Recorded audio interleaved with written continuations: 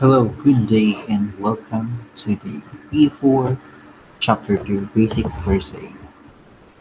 Today you're going to learn on how to respond in real life situation using your basic knowledge in first aid.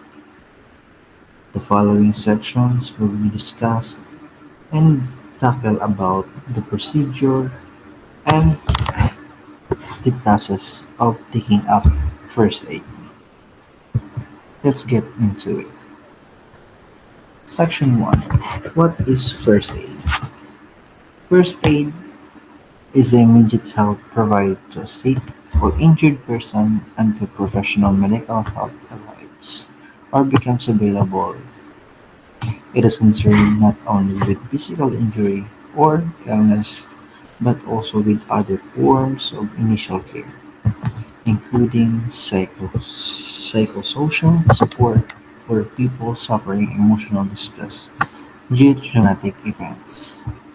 It is important also to give a scaffolding or reassurance with the patients who are still undergoing of traumatic events.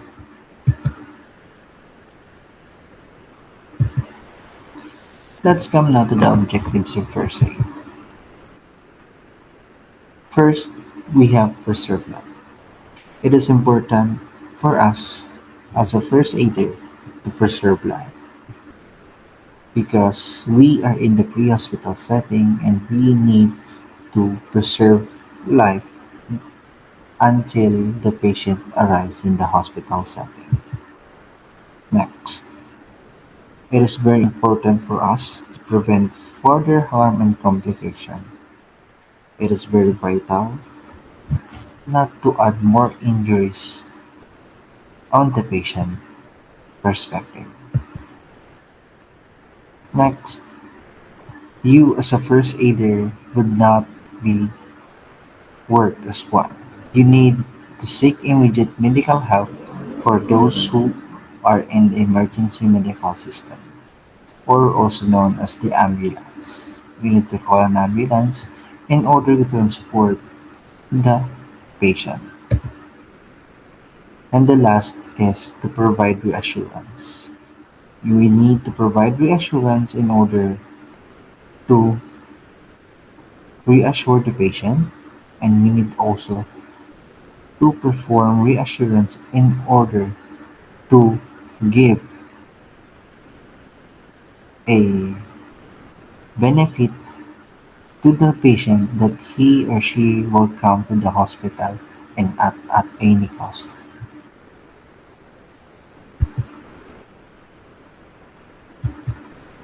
Concepts and principles. We have the scope and the limitation. This first aid does not imply medical treatment and is by no means a replacement for it. Its scope and limitations are generally based on the concept of protection. Protection includes the application of the basic techniques to ensure that comfort, safety, and well-being of an ill or injured person. It's very important for us as a first aider to know what or when we are going to perform first aid. Next, improvisation. Improvisation is a first aid is other equipment that may not always be available at such time that they are needed. First aiders should therefore be able to adapt, improvise, and overcome. He or she must have the ability to adapt the situation and be able to improvise materials and equipment until more helps arrives. In this principle, improvisation is very important. Say for example, if you don't have gloves, you can use leather jackets, or any other cloths that you can protect in your hands, or any plastic bags that you can use in order to not get a direct contact with the patient.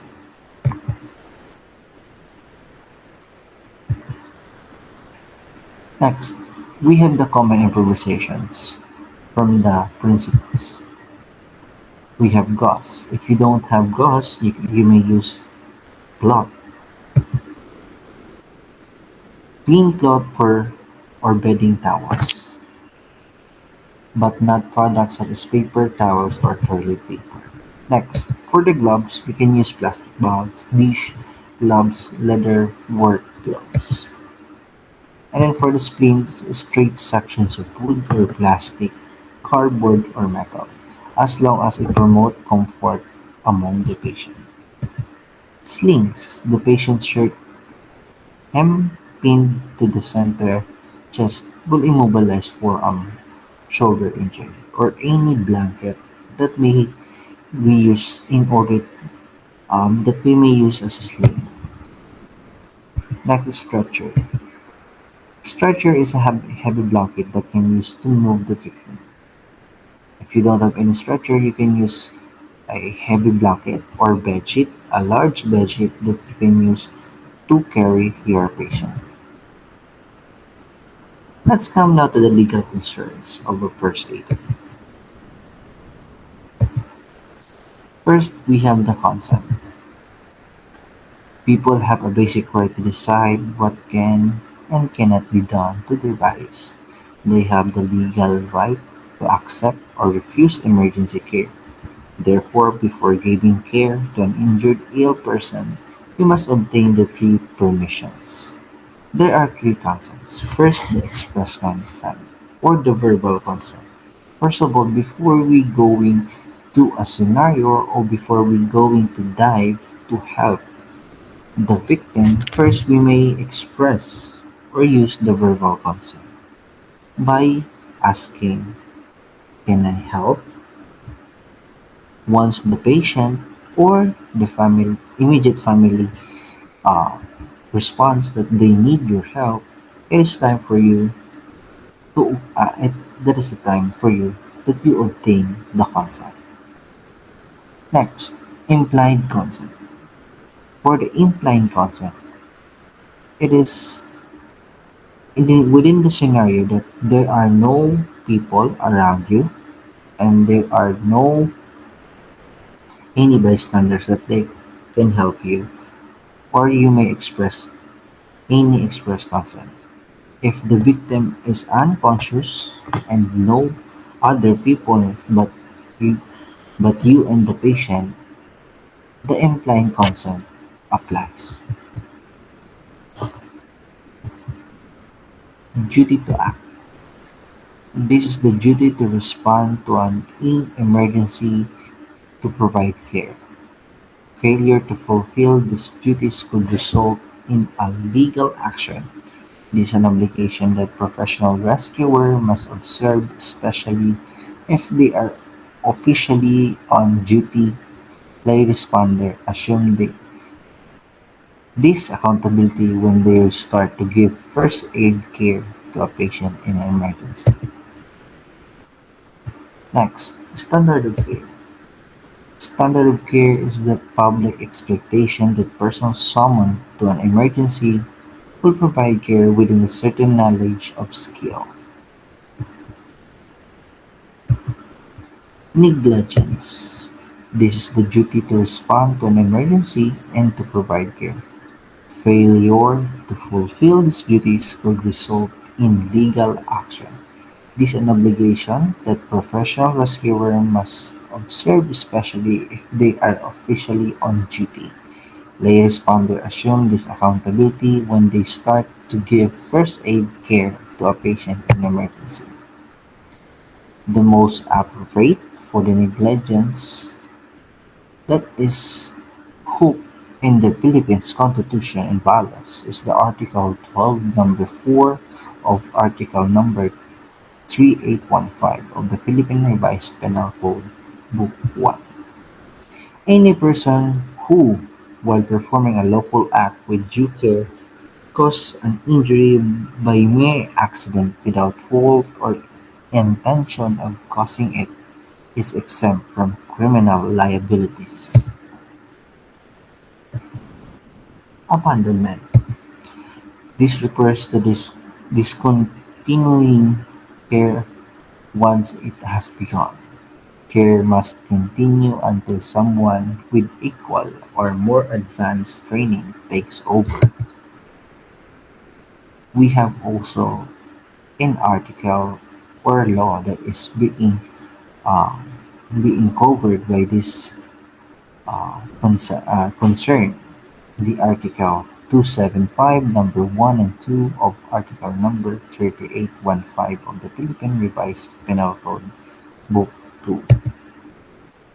Abandonment of a person in danger and abandonment of one's victim. Next, confidentiality. This is the principle that information learned while providing care to a victim is private and should not be shared with anyone except to those healthcare professionals directly associated with the victim's medical care. Let's now proceed with Section 2. We must know what are the health hazards and risks of a first aider while performing the first aid. We have the disease transmission.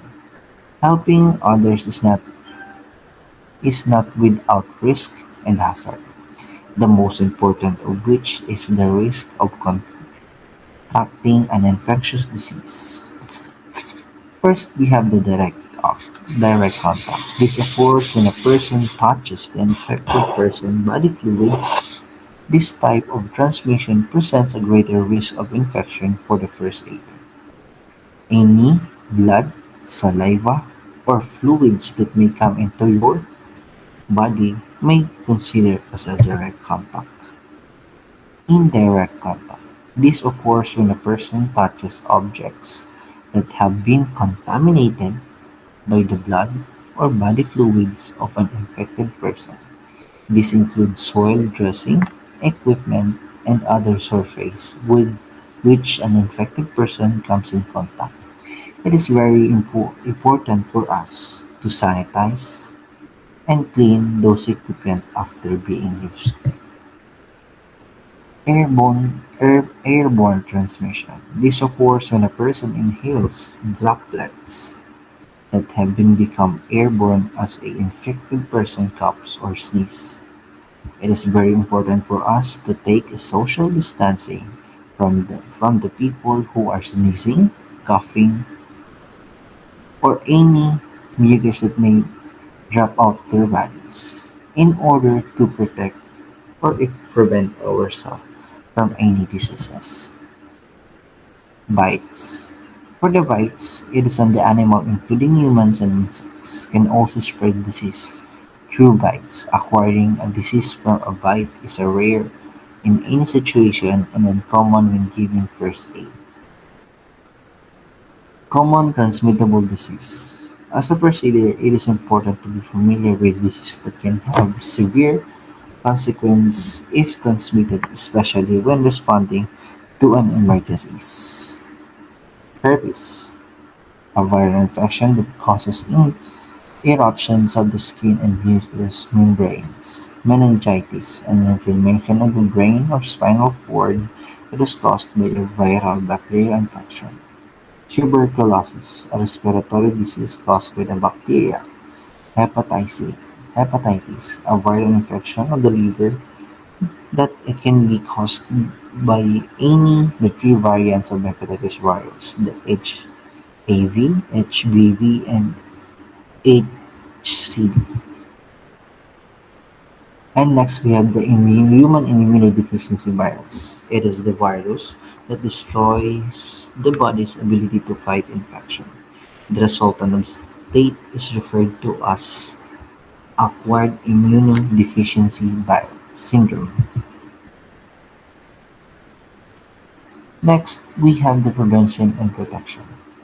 Universal precaution is a set of strategies developed to prevent transmission of blood-borne pathogens. These preventive measures focus on the blood and selected body fluids such as cerebrospinal fluid, pleural fluid, and amniotic fluid. Body substance isolation, or BSIs, are commonly known as uh, isolator of exposure from body secretion and any other type of body substance such as urine, vomit, and feces, and sputum. From this moment, I will cut off the video and proceed to the activity number one.